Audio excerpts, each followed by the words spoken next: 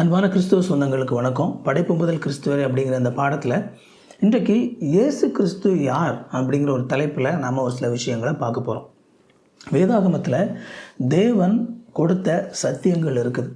கடவுள் உண்மையாகவே விஷயங்கள் எப்படி இருக்குது அப்படிங்கிறத மக்களுக்கு புரிய வைப்பதற்காக தன்னுடைய வார்த்தை மூலமாக ஆண்டவர் சத்தியங்களை கொடுத்திருக்கிறார். உண்மையாகவே இந்த உலகம் அப்படிங்கிறது என்ன, உண்மையாகவே மனிதன் அப்படிங்கிறது யார், ஆவிக்குரிய உலகம் அப்படிங்கிறது எப்படிப்பட்டது, இந்த மாதிரியான காரியங்களை குறித்த சத்தியங்களை எல்லாவற்றையும் நாம் வேதாகமத்திலிருந்து அறிந்து கொள்ளலாம். ஆண்டவர் அவருடைய வார்த்தை மூலமாக குமாரன், தேவகுமாரன் யார் என்பதை குறித்து வேதாகமத்திலே வெளிப்படுத்தி இருக்கிறார். இயேசு கிறிஸ்துவை பற்றிய உண்மை வேதாகமத்திலே எழுதப்பட்டிருக்கிறது. ஆனாலும் அந்த காலத்தில் எப்படி மக்கள் இயேசு கிறிஸ்து தான் யார் என்று சொன்னபோது அதை நம்ப மறுத்தார்களோ, அதே விதமாகத்தான் இன்றைக்கும் கூட பல மக்கள் அவர் யார் என்று சொல்லப்படும் போது அதை நம்ப மறுக்கிறவர்களாக இருக்கிறார்கள். வேதாகமத்தில் அவர் தான் யார் என்பதை இயேசு கிறிஸ்து பல இடங்களில் சுட்டி காட்டினார். அது யார் அப்படிங்கிறத முதலாவது நம்ம பார்க்கலாம். முதலாவது இயேசு கிறிஸ்து தேவகுமாரன். நம்ம வேதாகமத்தில் பார்க்கும் பொழுது, வேதாகமத்திலே கடவுள் என்பவர் யார் என்று நம்ம பார்க்கும் பொழுது, நம்ம பழைய ஏற்பாட்டிலிருந்தே நம்ம வாசிக்கும் பொழுது கொஞ்சம் கொஞ்சமாக கடவுள் யார் என்பதை நாம் புரிந்து கொள்கிறோம். ப்ராக்ரெசிவ் ரெவலேஷன், அதாவது கொஞ்சம் கொஞ்சமாக அந்த வெளிப்பாடுகள் கொடுக்கப்பட்டு இந்த புதிய ஏற்பாட்டுக்கு வரும்பொழுது தான் அங்கே வெளிப்பாடு அப்படிங்கிறது முழுமையடையுது. புதிய ஏற்பாட்டை நாம் வாசித்து முடிக்கும் பொழுது அந்த தெய்வீகத்தில் 3 நபர்கள் இருப்பதை நம்ம பார்க்குறோம். ஒரே தேவன் 3 நபராக அங்கே இருப்பதை என்ன செய்கிறோம் அப்படின்னா நம்ம பார்க்குறோம். அந்த ஒரு தெய்வத்துவத்துக்குள் 3 நபர்கள் இருப்பதை நம்ம பார்க்குறோம். இதைத்தான் வேதாகமம் திருத்துவம் அப்படின்னு சொல்லி அழைக்குது. அந்த திருத்துவத்தில் 2ஆம் நபராக சொல்லப்படுகிற குமாரன் என்று அழைக்கப்படுகிற அவர் தான் இந்த உலகத்திலே மனிதனாக வந்தார் அப்படின்னு சொல்லி நம்ம பார்க்குறோம். அதைத்தான் இயேசு கிறிஸ்து அன்றைக்கு யூத மக்களுக்கு சொல்வதற்கு முயற்சி செய்தார். அவர் கடவுள் என்பதை அன்றைக்கு அவர் என்ன செய்தார் அப்படின்னா அந்த மக்களுக்கு வெளிப்படுத்தினார். அவர் தான் கடவுள் என்பதை வெளிப்படுத்துவதற்கு அந்த மக்கள் அவர் புரிந்து கொள்வதற்கு பல காரியங்களை அவர் செஞ்சார். அதில் ரொம்ப முக்கியமாக இயேசு கிறிஸ்து செய்த அற்புதங்களை நாம் சொல்லலாம். இயேசு கிறிஸ்து அற்புதங்களை செய்வதன் மூலமாக ஆண்டவர் என்ன செய்தார் அப்படின்னா அவருடைய வல்லமையை அன்றைக்கு ஆண்டவர் வெளிப்படுத்தினார். எல்லாவற்றிற்கும் மேலாக அவர் பல இடங்களிலே பாவங்களை நான் உங்களுக்கு மன்னிக்கிறேன் அப்படின்னு சொல்லி சொன்னார். மக்கள் பாவத்தினாலே தான் அன்றைக்கு நோய்கள் வருது அப்படின்னு சொல்லி பல நேரங்களிலே மக்கள் நம்பினாங்க. அன்றைக்கு ஆண்டவர் நேரடியாக அவர்களிடத்திலே உன்னுடைய பாவங்கள் மன்னிக்கப்பட்டது அப்படின்னு சொல்லி சொன்னார். இப்படி சொல்வதன் மூலமாக அன்றைக்கு யூத மக்களுக்கு அவர் என்ன சொல்ல விரும்பினார் அப்படின்னா, பாவத்தை மன்னிக்கக்கூடிய அதிகாரம் மனுஷகுமாரனுக்கு இருக்குது அப்படின்னு சொல்லி சொன்னார். அப்போ அன்றைக்கு யூதர்களுக்கு தெரிஞ்ச ஒரே ஒரு விஷயம் என்ன அப்படின்னா, பாவங்களை மன்னிக்கக்கூடிய அதிகாரம் என்பது கடவுளுக்கு மட்டுமே உரியது. கடவுள் மட்டுமே பாவங்களை மன்னிக்க முடியும். அப்படி என்றால் இங்கே இயேசு கிறிஸ்து நான் உங்களுடைய பாவங்களை மன்னிக்கிறேன் அப்படின்னு சொல்லி அவர் நேரடியாக அவங்க கண்ணுக்கு முன்னால் அதை சொல்லும் பொழுது, நான் கடவுள், எனக்கு பாவத்தை மன்னிக்கக்கூடிய அதிகாரம் இருக்குது அப்படிங்கிறத அன்றைக்கு அந்த யூத மக்களுக்கு அவர் வெளிப்படுத்தினார். ஆனால் இதை பார்த்த பொழுது அந்த நபர்களுக்கு, அதை சுற்றி இருந்த பல யூத தலைவர்களுக்கு மிகுந்த எரிச்சலும் கோபமும் உண்டாயிற்று.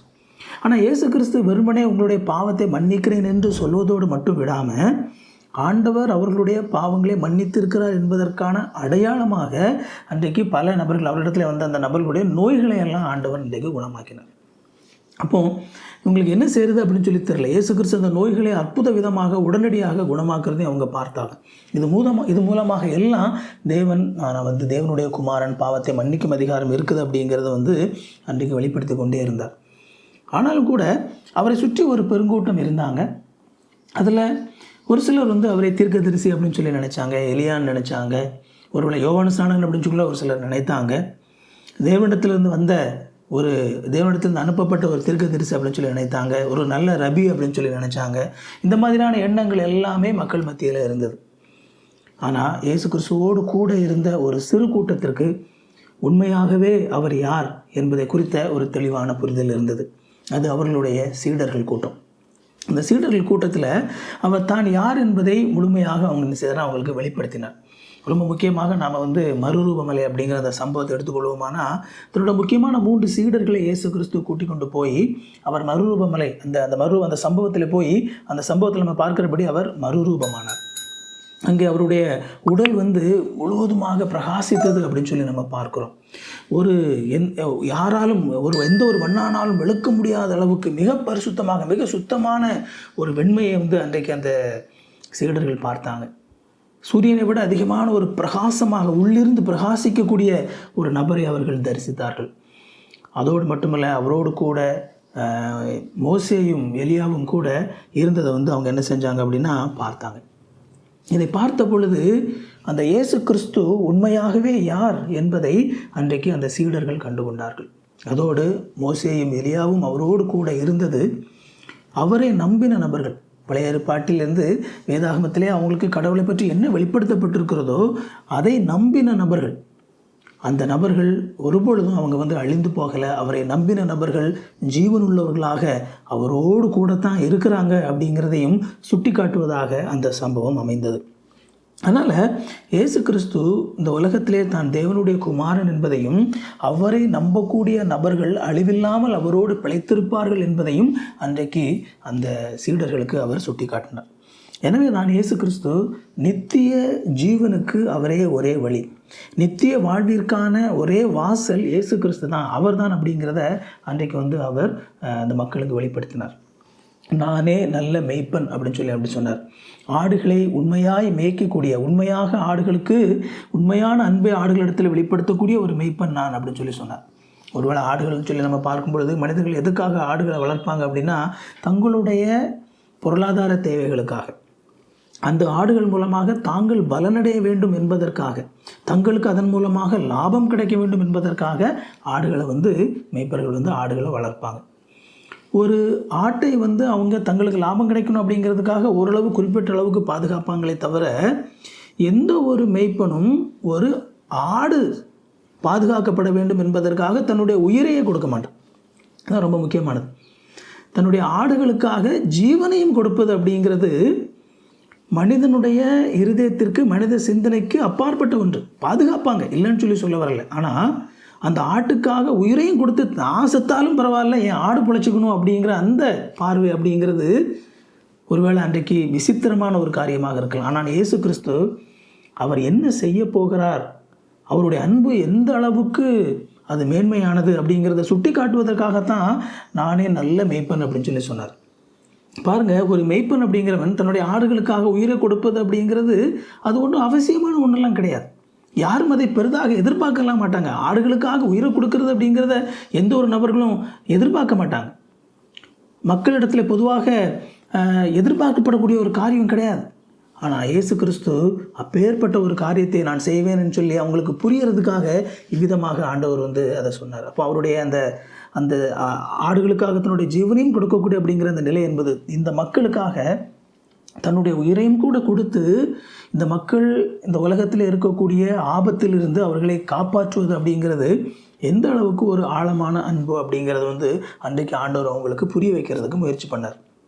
இந்த உலகத்தில் மனிதர்கள் சாத்தானாலே ஆபத்துக்கு உட்பட்டு இருக்கிறாங்க, பாவத்தினாலே அவங்க ஆபத்துக்கு உட்பட்டு இருக்கிறாங்க. மரணம் என்கிற மிகப்பெரிய ஒரு ஆபத்து ஒவ்வொருவருடைய தலையின் மேலும் தொங்கிக் கொண்டு இருக்கிறது. ஆனால் இப்படிப்பட்ட ஆபத்துகளில் இருந்து எல்லாம் இயேசு கிறிஸ்து மக்களை நான் விடுவிப்பேன் அப்படின்னு சொல்லி ஆண்டவர் சொன்னார். அவரை நம்பும் பொழுது அவர் அப்படிப்பட்ட ஆபத்துகளில் இருந்து அவர்கள் விடுவிக்கப்பட்டு ஒரு மிகச்சிறந்த வாழ்க்கைக்குள்ளாக அவங்க போவாங்க, ஒரு பாதுகாப்பான ஒரு வாழ்க்கைக்குள்ளாக அவங்க போவாங்க. அதற்கான ஒரே ஒரு வாசல் நான் தான் அப்படின்னு சொல்லி இயேசு கிறிஸ்து என்ன செஞ்சார் அப்படின்னா அன்றைக்கு மக்களுக்கு போதித்தார். ஆனால் நம்ம வேதாகமத்தில் தொடர்ந்து நம்ம பார்க்கும் பொழுது மக்கள் எப்பொழுதுமே இயேசு கிறிஸ்து என்ன சொன்னாரோ அதை நம்புவதற்கு பதிலாக சாத்தான் என்ன சொல்கிறானோ அதை நம்புவதற்கு தான் அதிகமான முக்கியத்துவம் கொடுக்குறாங்கன்னு சொல்லி நம்ம பார்க்குறோம். இயேசு கிறிஸ்து தான் மக்களுக்கு என்ன செய்வேன் அப்படிங்கிறத சொன்னார். அவர் நித்திய கண்ணோட்டத்தோடு இந்த மக்களுக்கு நித்திய வாழ்வை கொடுக்கணும்னு சொல்லி அவர் செயல்படும் பொழுது சாத்தானானவன் மக்களுடைய மனங்களை மயக்கி இந்த உலக பிரகாரமான காரியங்களையும் அனித்தியமான காரியங்களுமே மிக முக்கியமானது அப்படின்னு சொல்லி மக்களுடைய மனங்களில் அப்படிப்பட்ட காரியங்களை பல்வேறு விதமான சூழல்கள் மூலமாக உருவாக்கி மக்களை வஞ்சிப்பது என்ன செய்யணும் அப்படின்னா நம்ம பார்க்கணும். இன்றைக்கு அனித்தியமான வாழ்க்கை குறித்து மக்கள் அதிகமான கரிசனை உள்ளவங்களாக இருக்கிறாங்க. நித்திய வாழ்க்கை குறித்த எந்த ஒரு அக்கறையமற்ற நபர்களாகவே பெரும்பான்மையான மக்கள் இருக்கிறாங்க. உண்மையான தேவன் யார் என்பதை குறித்த சரியான புரிந்து கொள்ளுதல் மட்டும்தான் இந்த உலகத்தை பற்றியும், இந்த உலகம் உண்மையானது எப்படிப்பட்டது அப்படிங்கிறத பற்றியும், இந்த உலகத்துக்கு பின்பதாக இருக்கக்கூடிய அந்த வாழ்வு பற்றியும் ஒரு சரியான கண்ணோட்டத்தை நமக்கு கொடுக்க முடியும். தேவன் நித்தியராக இருக்கிறார். எனவே அவரை நம்பக்கூடிய நபர்களுக்கு, அவரோடு கூட இருக்கக்கூடிய நபர்களுக்கும் அவர் நித்திய வாழ்க்கையை கொடுக்க விரும்புகிறார். அதனால தான் தன்னுடைய குமாரனை அனுப்பி இந்த உலகத்திலே அவர் நித்திய ஜீவனை கொடுக்க விரும்புகிறார் அப்படிங்கிறத நம்ம பார்க்குறோம். இயேசு கிறிஸ்து மரித்தோருக்கு ஜீவனை அளிக்கிறவர். அவர் லாசருவை உயிர்ப்பித்தார். மரித்த ஒரு சிறு பெண்ணை அவர் உயிர்ப்பித்தார். இன்னும் ஒரு வாலிபனை கூட அவர் உயிர்ப்பித்தார்.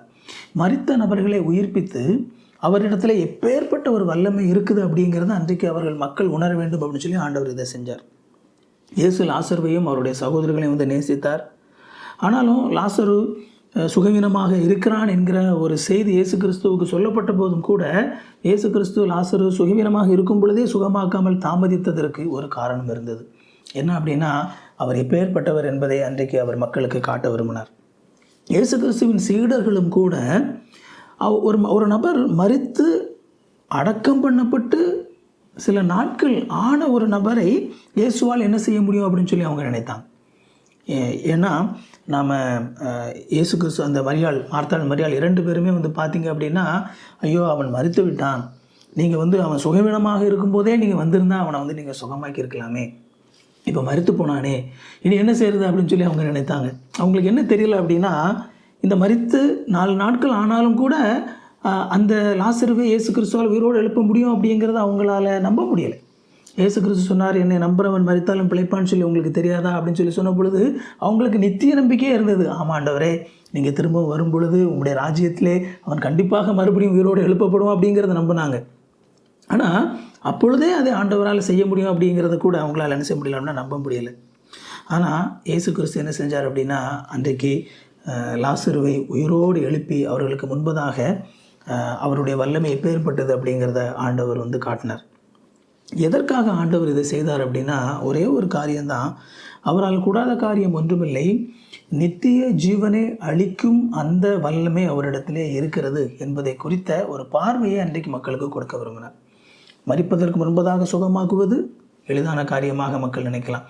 ஒருவேளை மரித்த உடனே போய் அவர்களை உயிரோடு எழுப்புவது கூட ஒருவேளை இயேசு கிறிஸ்துவால் முடிந்த காரியம்னு சொல்லி அன்றைக்கு மக்கள் நினைத்திருக்கலாம். ஆனால் இன்றைக்கு மரித்து 4 நாள் ஆன ஒரு நபரை அவர் உயிரோடு எழுப்புவது என்பது, அது 4 நாளாக இருந்தாலும் சரிதான், 40 நாளாக இருந்தாலும் சரிதான், 400 நாளாக இருந்தாலும் சரிதான், 4 வருடமாக இருந்தாலும் சரிதான், 400 வருடம், 4000 வருடம், எத்தனை வருடமாக இருந்தாலும் மரித்த ஒரு நபரை ஆண்டவரால் மீண்டும் எப்பொழுது வேண்டுமானாலும் உயிரோடு எழுப்ப முடியும் என்பதை மிக தெளிவாக அன்றைக்கு அந்த மக்களுக்கு சொல்வதற்காகத்தான் இயேசு கிறிஸ்து இந்த அற்புதத்தை வந்து அவங்களுக்கு வந்து செய்து காட்டினார்.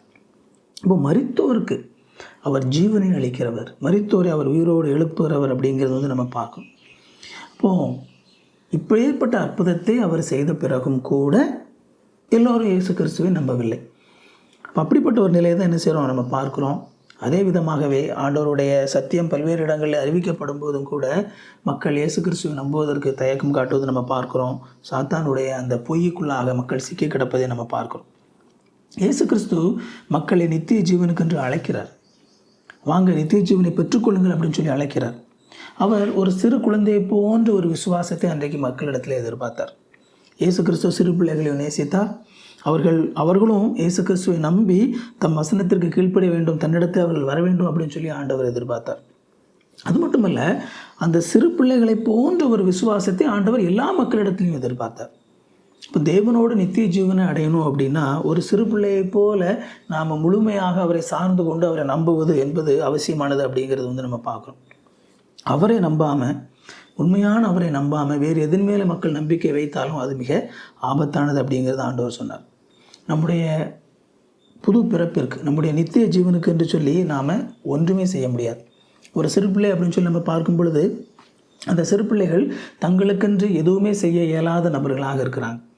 அவங்க தங்களுடைய வாழ்க்கைக்கென்று முழுமையாக தங்களுடைய பெற்றோரை சார்ந்து கொள்றவராக இருக்கிறாங்க.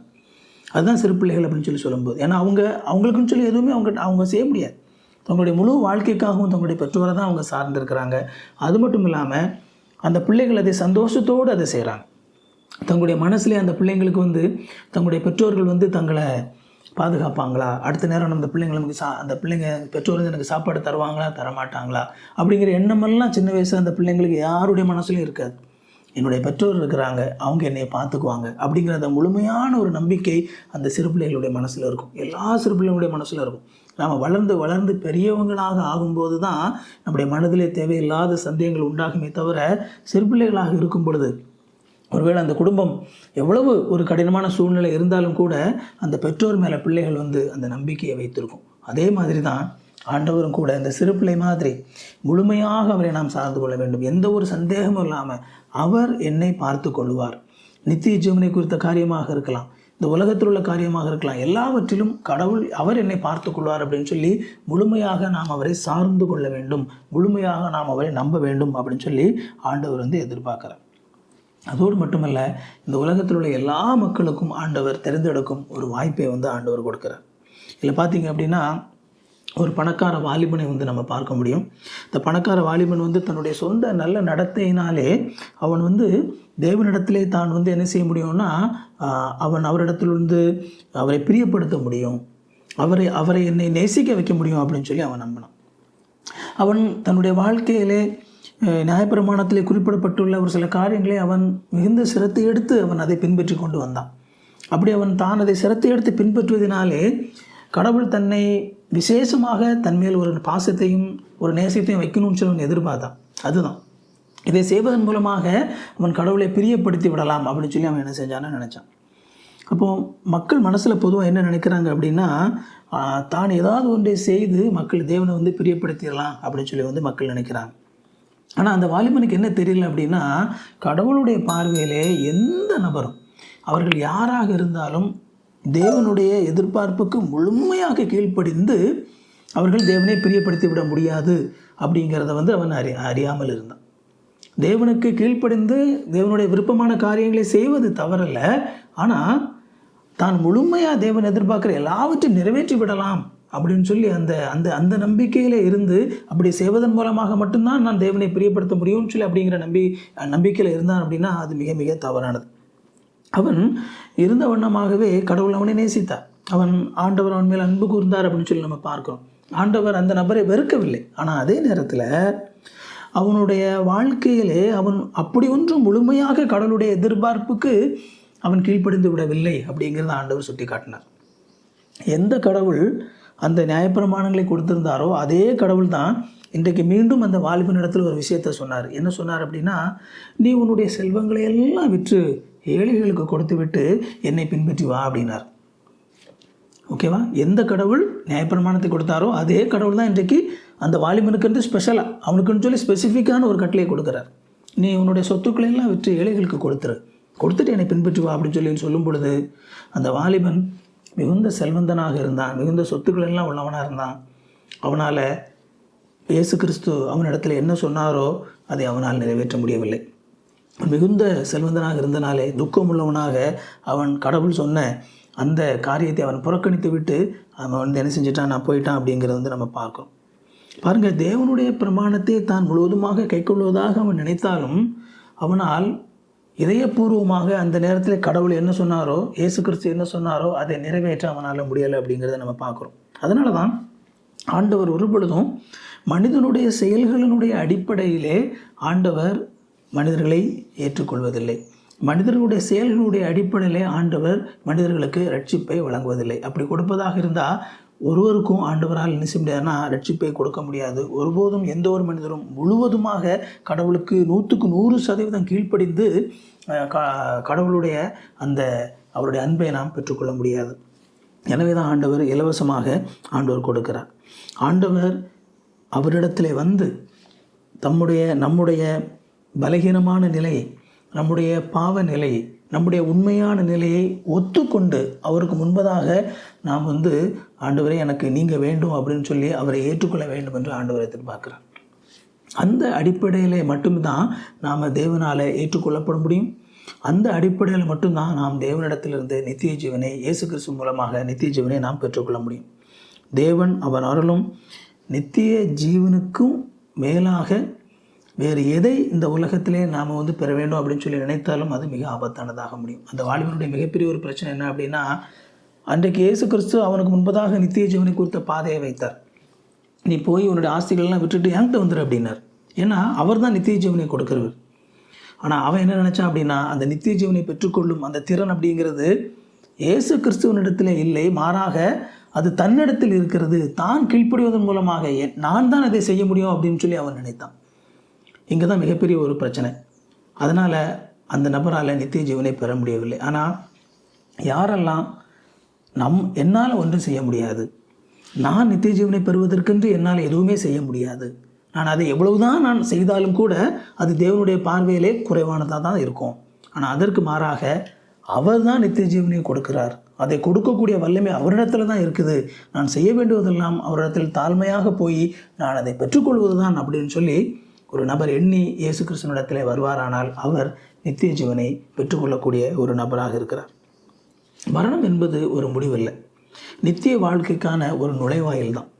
நாம் இந்த உலகத்திலே எந்த நபரை பின்பற்றுகிறோம், யாரை நாம் ஏற்றுக்கொண்டு இருக்கிறோம், நம்முடைய நம்பிக்கை எப்படி இருக்குது அப்படிங்கிறவனுடைய அடிப்படையில் நாம் தேவனோடு ஒரு பாதுகாப்பான ஒரு பரிபூர்ணமான பரலோகத்திலேயோ அல்லது சாத்தானுக்கென்று நியமிக்கப்பட்டிருக்கிற நரகத்திலேயோ நம்ம நித்தியமாக இருப்போம். அந்த ரெண்டில் ஏதாவது ஒன்று. இயேசுவே உயிர்த்தெழுதலும் ஜீவனுமாக இருக்கிறாரு. எனவே இயேசு கிறிஸ்துவாகிய அந்த இரட்சகரில் நம்பிக்கை வைக்கிற எல்லா நபர்களும் நித்திய ஜீவனுக்குள்ளாக பிரவேசிப்பார்கள். அவரை புறக்கணிக்கிற நபர்கள் நித்திய ஆக்கினையை அடையக்கூடிய நபர்களாக இருப்பார்கள். நித்திய ஜீவனை எவரும் எவ்விதத்திலும் சம்பாதிக்கவே முடியாது. ஒரு சிறு குழந்தையைப் போல ஆண்டவர் கொடுக்க விரும்புகிற அந்த நித்திய ஜீவனை நம்மால் பெற்றுக்கொள்ள மட்டுமே முடியும் என்பதை நாம் உணர்ந்து நாம் பெற்றுக்கொள்ள வேண்டும். இந்த வீடியோ உங்களுக்கு மிகுந்த பயனுள்ளதாக இருந்திருக்கும் அப்படின்னு சொல்லி நம்புகிறேன். ஒருவேளை உங்களுடைய உறவினர்களுக்கோ நண்பர்களுக்கோ இந்த வீடியோ பயனுள்ளதாக இருக்கும்னு சொல்லி நினச்சிங்க அப்படின்னா அவங்களுக்கு இந்த வீடியோவை ஷேர் பண்ணி விடுங்க. வீடியோவை லைக் பண்ணிக்கோங்க. தொடர்ந்து இந்த சேனலில் வரக்கூடிய வீடியோஸ் எல்லாம் நீங்கள் பார்க்கணும்னு நினச்சிங்க அப்படின்னா சேனலை சப்ஸ்கிரைப் பண்ணிக்கோங்க. திரும்பவும் இன்னொரு நல்ல வீடியோவில் சந்திப்போம். தேங்க்யூ. God bless you.